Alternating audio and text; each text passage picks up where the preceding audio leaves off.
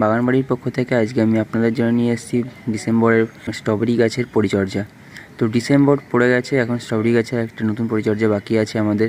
আমি এই ভিডিওটিতে আপনাদের সেটা নিয়েই আলোচনা করব এবং দেখাবো। তো এই আমার আগের ভিডিওটা যেটা ছিল স্ট্রবেরি, তো সেটাতে আপনারা দেখেছেন আমি স্ট্রবেরি গাছ প্রতিস্থাপন দেখিয়েছি এবং কী করে কী সার দিয়ে আপনি গাছটাকে বসাবেন এবং তার কী পরিচর্যা করবেন সম্পূর্ণ ভিডিওতে বলা আছে। তো এইবার আপনার ডিসেম্বর যখন হিসেবে আমি বলেছিলাম যে একটা গাছ বসালে তার থেকে অনেক গাছ তৈরি হয়ে যায় এবং প্রচুর চারা তৈরি করতে পারবেন আপনি খুব সহজেই। তো দেখুন আমার এখানে ভিডিওটিতে যে প্রচুর চারা তৈরি হয়ে গেছে। একটা গাছে কিন্তু আমি লাগিয়েছিলাম এই টবটার মধ্যে, আপনারা দেখেছিলেন। তো সেটার থেকে দেখুন কত অজস্র রানার বেরিয়েছে এবং অজস্র চারা তৈরি হয়ে গেছে। তো আমি আরও অনেক চারা তৈরি করতে পারতাম, কিন্তু আমি অত চারা তৈরি করিনি, কারণ আমি যেহেতু এটা ছাদ বাগানে করছি, তো সেহেতু আমার লাগানোর জন্য অত টব আমার কাছে এই মুহূর্তে নেই। তো সেই জন্য আমি এই কটাই চারা আপাতত নিয়েছি। আরও দেখুন এদিকে কত এক্সট্রা রানার আরও রয়েছে। তো এই রানারগুলোকেও যদি আমি এরকম প্যাকেটে করে লাগিয়ে দিই এইভাবে, তো এগুলোর থেকেও অনেক চারা তৈরি হয়ে যাবে। তো এখন ডিসেম্বরের মাঝামাঝি হয়ে গেছে, শেষে চলে আসছে। তো এখন আর আমি চারা তৈরি করব না। এবার এই রানারগুলোকে আমাদেরকে সব রানার কেটে দিতে হবে, কারণ এই রানারগুলোকে এবার না কেটে দিলে গাছে ফুল আসতে দেরি হবে। তো যেহেতু ডিসেম্বরের শেষ মাঝামাঝি হয়ে গেছে, তো এখনই রানারগুলোকে কেটে ফেলতে হবে যাতে তাড়াতাড়ি করে জানুয়ারির মধ্যে গাছে ফল হয়ে যায়। কারণ রানার না কাটলে ফল আসতে দেরি হবে অনেক এবং ফুল আসতে দেরি হবে, ফুল না এলে ফলও হবে না। তো সেই ক্ষেত্রে এখানে সব রানারগুলোকে কেটে ফেলতে হবে। যে কটা চারা নেওয়া হয়ে গেছে সে কটা থাকবে, আর বাকিগুলোকে কেটে ফেলতে হবে। তো যখন রানারগুলোকে কাটবেন একদম গাছের গোড়া দিয়ে কাটতে হবে। এই দেখুন এই যে রানারটা রয়েছে, দেখুন এটা এই গাছের চারার জন্য এই রানারটা রয়েছে, এই গাছ থেকে এসছে। তো এই রানারটাকে এখান দিয়ে গাছের গোড়া দিয়ে কেটে ফেলতে হবে। এই কেটে দিলাম, দু জায়গা দিয়ে কেটে ফেলতে হবে।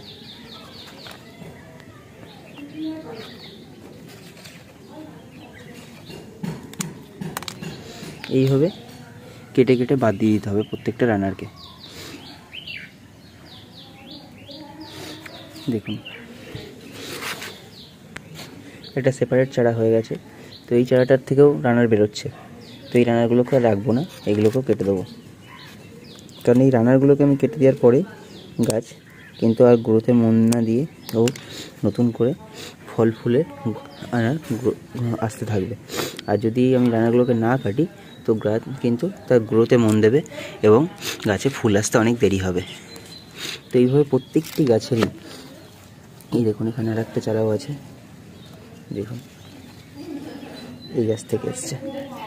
তো এটিকেও আমি এইভাবে কেটে দেবো।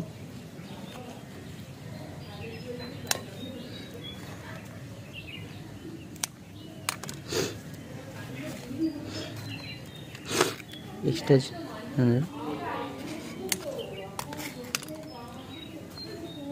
এই দেখুন দুটো সেপারেট চারা তৈরি হয়ে গেল। এইগুলোকে আবার একটা নতুন টবে আপনি আবার প্রতিস্থাপন করতে পারবেন।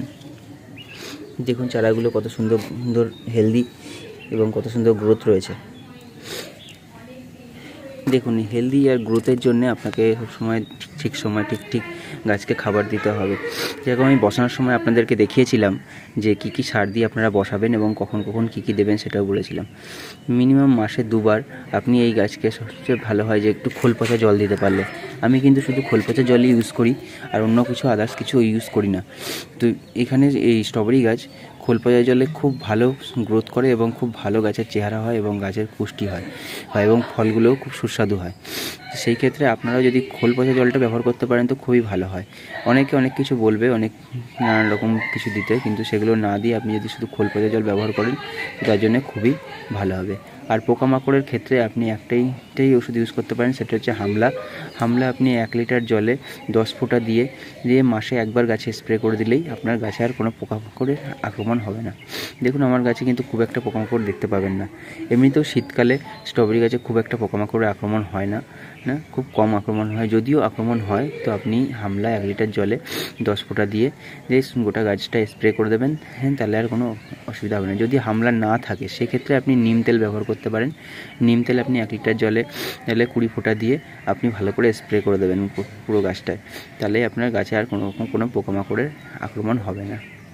আর গাছের গোড়ার ক্ষেত্রে বলি, যখন গাছ প্রতিস্থাপন করবেন সেই সময় অবশ্যই আপনি মাটির সঙ্গে কিছুটা নিমখোল মিশিয়ে নেবেন, কারণ নিমখোল মিশিয়ে নিলে তাহলে কী হয়, চট করে গাছের গোড়ায় কোনো রকম কোনো পিঁপড়ে এবং কোনো পোকার আক্রমণ হয় না। ওই জন্যে নিমখোলটা খুব ভালো, ওটা এক প্রকার জৈব সারও হয় এবং তার সাথে সাথে গাছকে রক্ষাও করে। আর একদম গাছ বসানোর সময় শুরুতে অবশ্যই সপ্তাহে একবার করে ফাঙ্গিসাইড স্প্রে করতে হবে, তাহলে গাছের পোকামাকড়ের হাত থেকে এবং ফাঙ্গাসের হাত থেকে গাছ মুক্তি পাবে। আমি যেরকম প্রথম যতদিন না গাছ বড় হয়েছে, যতদিন না পুরোপুরি ঠান্ডাটা পড়েছে ততদিন পর্যন্ত আমি ফাঙ্গিসাইড স্প্রে করে গেছি। এখন ঠান্ডাটা খুব পড়ে গেছে, ওই জন্য এখন আর স্প্রে করতে লাগবে না এবং গাছও অনেক বড় হয়ে গেছে, এখন না স্প্রে করলেও হবে। তো এইভাবে আপনারাও আপনার বাড়িতে একটা স্ট্রবেরি গাছ থেকে খুব সহজেই অনেক স্ট্রবেরি গাছ এইভাবে বানিয়ে নিতে পারবেন এবং আপনার ছাদ বাগানে ভর্তি হয়ে স্ট্রবেরি ফলবে।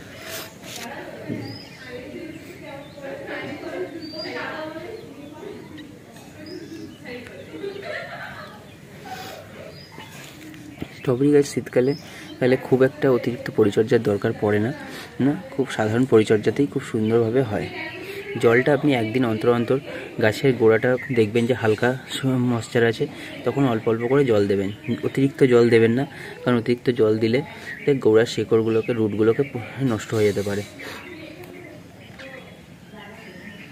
আর গাছে যখনই জল দেবেন গোটা গাছকে চান করিয়ে দেবেন, সবচেয়ে ভালো হয়। গোটা গাছকে চান করিয়ে দিলে কী হয়, পোকামাকড়ের আক্রমণটা অনেক কম হয়। সেই জন্য যখনই জল দেবেন গাছের শুধু গোড়ায় দেবেন না, পুরো গাছটাকে চান করিয়ে দেবেন এবং সেইতেই যে জলটা গোড়ায় পৌঁছাবে সেই জলটাতেই গাছের সম্পূর্ণভাবে উপযুক্ত হবে।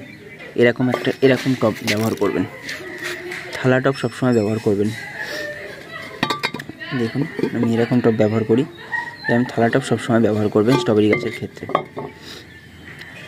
আর মাটিটা যখন তৈরি করবেন মাটিটা একদম যেন ঝুরঝুরে হয় এবং মাটিটা যেন খুব নরম হয়, কারণ স্ট্রবেরি গাছ একটু ঝুরঝুরে এবং নরম বেলে দোআঁশ মাটি খুব পছন্দ করে। আশা করি বন্ধুরা ভিডিওটা ভালো লেগেছে। ভালো লাগলে অবশ্যই একটা লাইক করবেন এবং চ্যানেলটিকে সাবস্ক্রাইব করে রাখবেন এরকম নতুন সুন্দর ভিডিও পেতে। তো অবশ্যই আপনি নতুন ভিডিও আসলে তার যাতে সহজেই আপনার কাছে নোটিফিকেশান পৌঁছে যায় সেজন্য অবশ্যই বেল আইকনটা প্রেস করে রাখবেন। এবং বাগানবাড়ির পক্ষ থেকে সকলকে অসংখ্য ধন্যবাদ জানাই আমার সাথে এই সফরে থাকার জন্য।